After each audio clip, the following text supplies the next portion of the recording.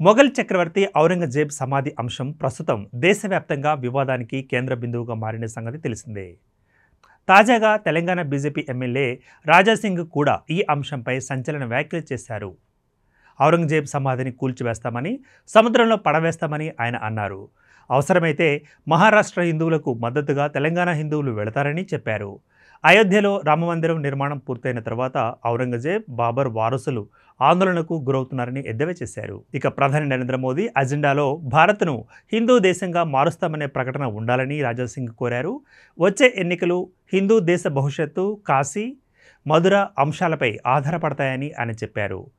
గత ఏడాది శ్రీరామనవమి శోభాయాత్రకు పోలీసులు అనుమతిని నిరాకరించారని, ఎంఐఎం ఆదేశాలతోనే ఇలా జరిగిందని ఆయన మండిపడ్డారు.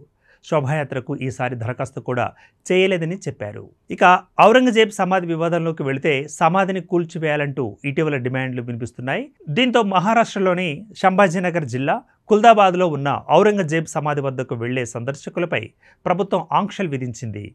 ఈ క్రమంలో అక్కడ చోటు చేసుకున్న ఘర్షణలు ఇతర ప్రాంతాలకు కూడా విస్తరించాయి. కొందరు వ్యక్తులు విధుల్లో ఉన్న మహిళా పోలీసు అధికారితో అసభ్యంగా ప్రవర్తించారు.